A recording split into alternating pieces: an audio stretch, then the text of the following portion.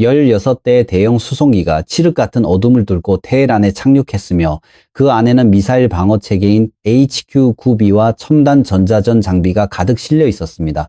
이것은 단순한 군사 지원이 아니라 이스라엘과 미국의 합동 공습으로 아야톨라 알리 하메네이가 사망한 직후 중국이 중동의 심장부에 던진 거대한 도박의 시작입니다. 2026년 3월 9일 히엔, 다이 중동의 화약고는 이미 폭발했으며 전 세계 지형은 돌이킬 수 없는 혼돈 속으로 빠져들고 있습니다. 하메네이의 제거는 단순히 한 지도자의 죽음을 의미하는 것이 아니라 지난 수십 년간 유지되어 온 그림자 에너지 공급망의 붕괴를 의미합니다. 중국은 공식적으로 이란과의 관계를 부인해왔지만 실제로는 말레이시아 해역에서 이른바 원유 세탁을 통해 하루 100만 배럴 이상의 불법 원유를 흡수해왔습니다.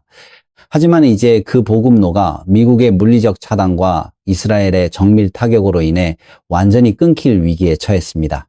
중국 공산당 지도부는 베이징의 중남해에서 긴급회의를 소집했으며 그들이 선택한 카드는 침묵이 아닌 정면 돌파였습니다. 테헤란에 배치된 HQ-9B 시스템은 중국이 자국의 에너지 생명줄을 지키기 위해 직접적으로 군사적 영향력을 투사하기 시작했다는 강력한 신호입니다. 이는 미국 GPS 시스템을 완전히 배제하고 중국의 독자적인 위성 항법 시스템인 베이두를 이란 군대에 강제 이식하는 과정이기도 합니다. 베이두 시스템은 이제 이란의 탄도미사일과 무인기들의 눈이 되어 미국의 전자전 방해를 무력화하려 시도하고 있습니다. 서방의 정보기관들은 중국이 보낸 16대의 수송기 속에 단순한 방어용 무기 그 이상의 것이 들어있다고 판단하고 있습니다. 거기에는 이란 정예 부대를 위한 고도의 암호화 통신 장비와 함께 미 해군 항공모함 전단을 겨냥한 대함 미사일 기술이 포함되었을 가능성이 매우 높습니다. 중국은 이란이 무너질 경우 자국 제조업의 20%를 지탱하는 저가 원유 공급원이 사라질 뿐만 아니라 도널드 트럼프 행정부와의 향후 무역 협상에서 모든 레버리지를 잃게 될 것임을 잘 알고 있습니다. 현재 브렌트유 가격은 배럴당 94달러를 돌파하며 수직 상승하고 있으며 이는 전 세계 물류 비용의 폭발적 증가를 예고하고 있습니다. 중국의 산둥성에 밀집한 독립정유 공장들인 티팟 업체들은 원유 공급 중단 소식에 파산 직전의 공포에 휩싸여 있으며 이는 중국 내부의 고용 위기와 사회적 불안으로 번질 기미를 보이고 있습니다. 이번 사태는 단순한 중동 전쟁이 아니라 에너지를 지키려는 자와 체제를 전복시키려는 자, 그리고 그 사이에서 기술 패권을 완성하려는 자들의 잔혹한 서사시입니다. 중국이 이란에 제공한 핵심 기술의 정점은 바로 베이두 위성 항법 시스템의 전면 도입입니다. 이란 군대가 기존에 의존하던 미국 GPS 체계를 완전히 버리고 중국의 베이두 시스템으로 전환한 것은 단순한 기술적 선택이 아니라 미국의 전자기 펄스 공격과 신호 교란으로부터 자국 무기 체계를 보호하려는 생존 전략입니다. 2026년 3월 현재 테헤란과 주요 군사 요충지에는 중국에서 급파된 기술 고문단이 상주하며 베이두 3단계 위성 신호를 수신하는 고정형 및 이동형 기지국을 설치 완료했습니다. 이로 인해 이란의 샤헤드 무인기와 탄도미사일은 오차 범위 50cm 이내의 정밀 타격 능력을 확보하게 되었으며 이는 중동 지역에 주둔한 미군 기지와 항모 전단에 실제적인 위협으로 다가오고 있습니다. 동시에 중국의 에너지 생명줄을 지탱하던 그림자 함대와 불법 유통망은 전례 없는 붕괴를 맞이하고 있습니다. 지난 수년간 중국은 공식 통계에는 나타나지 않는 방식으로 이란과 베네수엘라의 원유를 흡수해왔습니다. 말레이시아의 공식 산유량보다 3배나 많은 원유가 말레이시아산으로 둔갑하여 중국 산둥성의 티팟 정유소로 흘러들어갔던 이른바 원유 세탁의 시대가 종말을 구하고 있는 것입니다. 미국 해군과 해양경비대는 카리브해와 인도양 그리고 말라카 해협에서 검문 검색을 강화하며 파나마 국적의 센츄리호와 같은 의심 선박들을 잇따라 납포하고 있습니다. 이는 중국 정유 산업의 원가 경쟁력을 뒷받침하던 배럴당 10달러 이상의 할인 혜택이 사라졌음을 의미합니다. 산둥성의 독립 정유 업체들은 이제 패닉 상태에 빠졌습니다. 이들은 중국 전체 정유 능력의 4분의 1을 차지하며 저가 원유를 가공하여 동남아시아와 전 세계로 수출하는 저가 석유 제품의 본거지였습니다. 원유 공급원이 차단되고 수입 비용이 폭등하면서 이들의 마진은 마이너스로 돌아섰으며 이는 곧 중국 정부의 세수 감소와 직결되고 있습니다. 베이징 정부는 급히 석유 제품에 대한 수출 환급세를 9%까지 낮추며 시장 통제에 나섰지만 글로벌 시장에서의 가격 지배력은 이미 흔들리고 있습니다. 저렴한 에너지에 기반했던 중국식 제조업 모델이 근간부터 흔들리기 시작한 것입니다. 더욱 심각한 것은 이러한 물류 차단이 단순히 기름값 상승에 그치지 않고 전 세계 공급망의 대동맥인 에르무즈 해협의 봉쇄 위기로 이어지고 있다는 점입니다. 이란 혁명수비대는 하메네이의 복수를 명분으로 해협을 통과하는 모든 유조선에 대한 공격을 예고했습니다. 이에 대응하여 중국은 아프린 건조항에서 시안에 이르는 육상 철도 운송로를 가동하며 해상 루트의 리스크를 분산하려 시도하고 있습니다. 하지만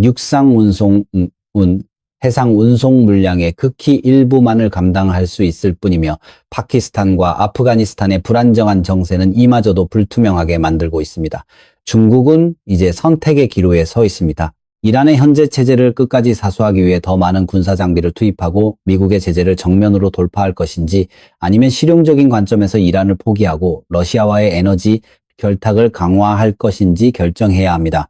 그러나 러시아 역시 중동의 혼란을 틈타 원유 가격을 올리고 중국에 대한 할인폭을 줄이려는 움직임을 보이고 있어 베이징의 외교적 고립은 심화되고 있습니다. 이 모든 과정은 중국의 베이두 위성이 하늘 위에서 지켜보는 가운데 지상에서는 붉은 피와 검은 기름이 섞여 흐르는 참혹한 현실로 나타나고 있습니다. 중동의 불길이 거세질수록 베이징이 기댈 수 있는 마지막 보루는 러시아인 것처럼 보였습니다. 하지만 국제정치의 냉혹한 현실은 중국의 기대와는 전혀 다른 방향으로 흐르고 있습니다. 2026년 3월 현재 크렘린궁은 중동의 위기를 자국 원유의 가치를 높이는 절호의 기회로 활용하고 있습니다.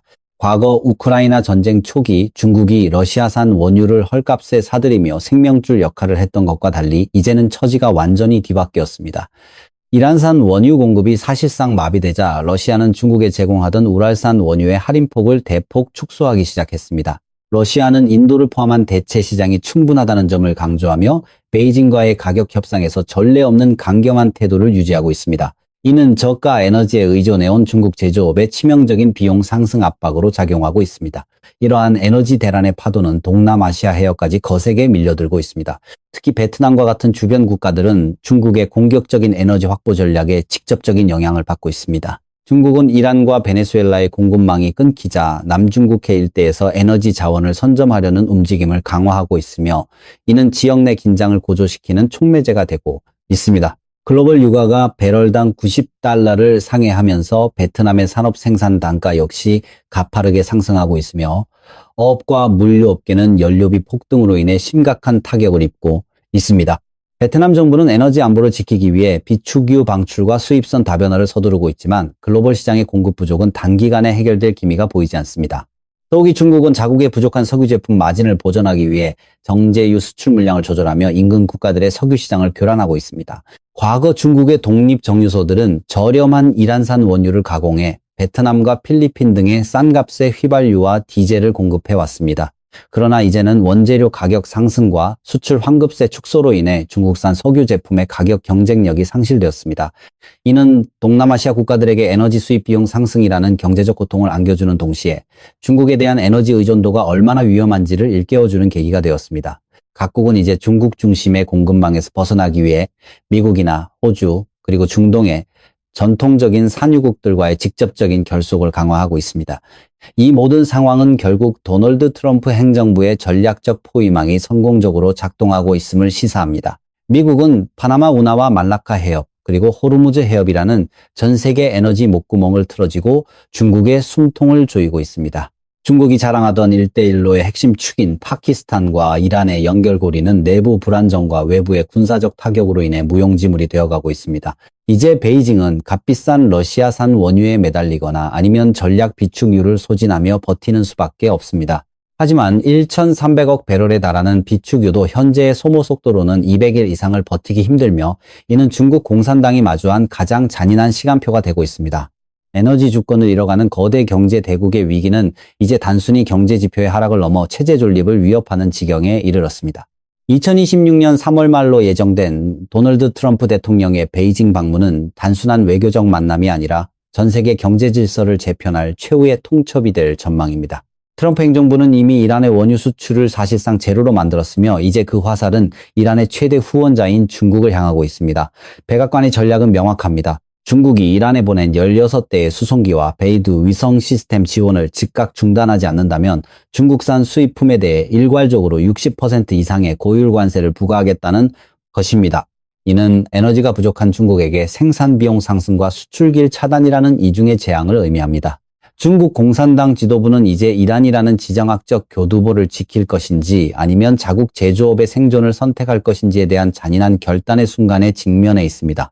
중국 경제의 중추인 석유화학 산업은 이미 내부에서부터 무너져 내리고 있습니다.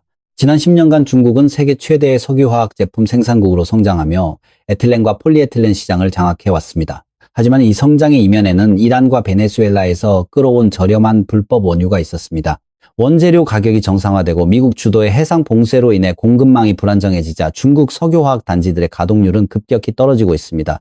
시노펙을 비롯한 국영기업들은 물론이고 산둥성의 수많은 민간 정유소들은 쌓여가는 재고와 눈덩이처럼 불어나는 부채를 감당하지 못해 줄도산 위기에 처해 있습니다. 이는 플라스틱과 고무 그리고 합성 섬유를 사용하는 전 세계 가전 및 자동차 공급망에 거대한 충격파를 던지고 있습니다. 중국은 이러한 위기를 타개하기 위해 이른바 히토류 카드와 핵심 광물 수출 통제라는 보복 조치를 만지작거리고 있습니다.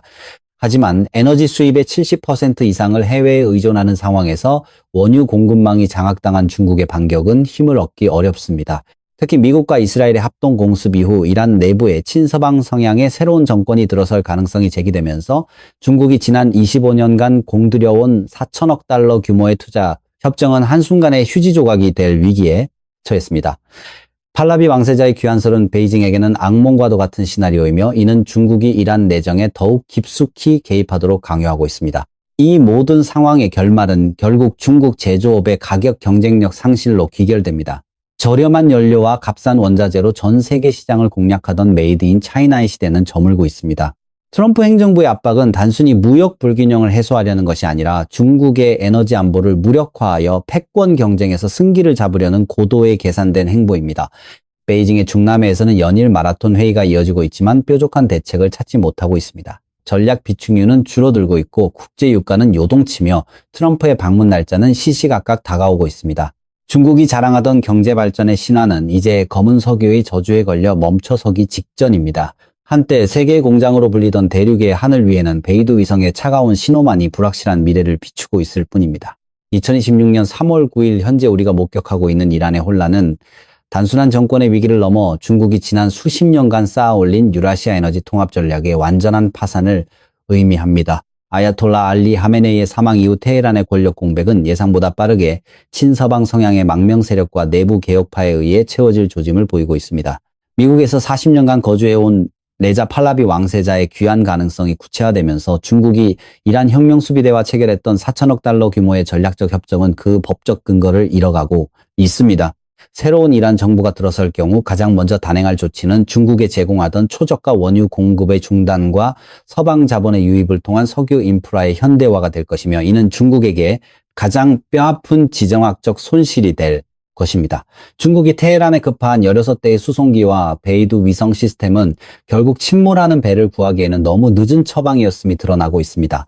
이란군 내부에서도 중국산 무기체계의 실효성에 대한 의문이 제기되고 있으며 일부 군벌들은 이미 생존을 위해 미국 및 이스라엘과의 비밀 접촉을 시작했다는 첩보가 입수되고 있습니다. 중국은 이란을 자국의 앞마당으로 만들려 했으나 결과적으로는 거대한 비용만 지불하고 아무런 전략적 이득도 얻지 못한 채 퇴각해야 하는 상황에 몰려 있습니다. 이는 1대1로라는 원대한 계획이 중동이라는 거친 현실의 벽에 부딪혀 산산조각 났음을 보여주는 상징적인 장면입니다. 중국 내부적으로는 이번 에너지 쇼크가 단순한 물가 상승을 넘어 체제 안정성을 흔드는 도화선이 되고 있습니다. 저가 에너지 공급이 끊기면서 중국의 수출 경쟁력은 급감했고 이는 광범위한 실업과 소비 위축으로 이어지고 있습니다.